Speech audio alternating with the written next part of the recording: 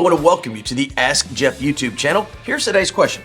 Who was the Pharaoh of Egypt during the Exodus? Well, this is one of those great classic biblical, historical, chronological questions because there's multiple options. That's right. When it comes to the Exodus of the Old Testament, that famous event where God delivered his people out of 400 plus years of bondage, we actually have two possibilities. That's right.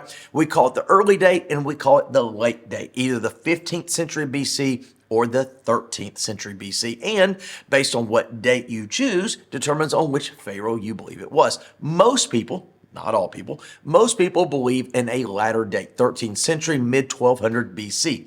If that is the date that you believe the Bible lines up best with, then it's a very famous character in history. It's Ramses II.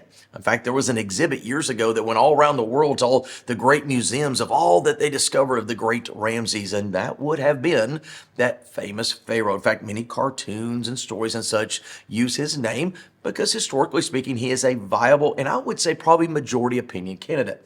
If you go back into the 15th century, and I'm probably not going to say the name properly because I'm not very good in Egyptian, but Amenhotep II would probably be your option for an early date.